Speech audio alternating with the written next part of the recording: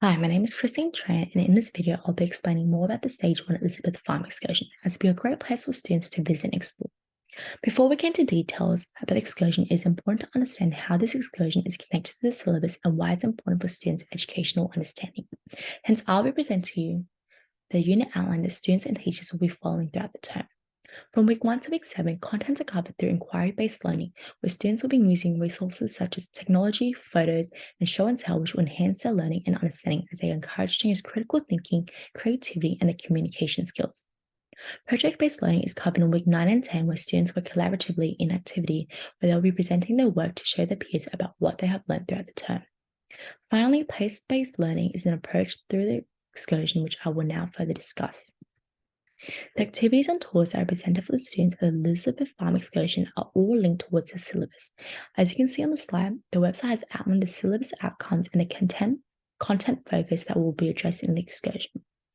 To further deepen the understanding and allow them to gain new knowledge of what life was like back in the 1860s.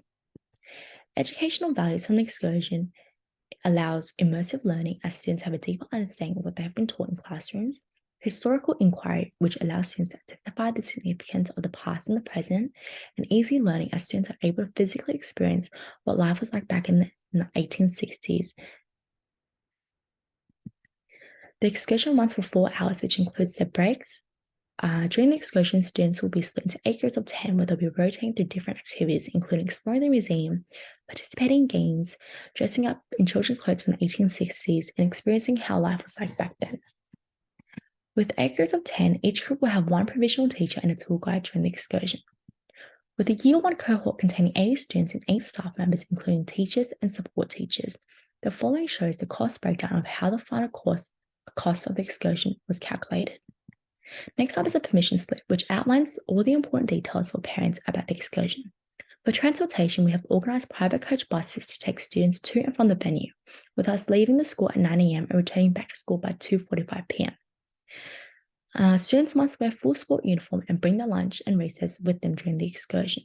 The permission note also indicates to parents and carriers that payment plan can be organised if required.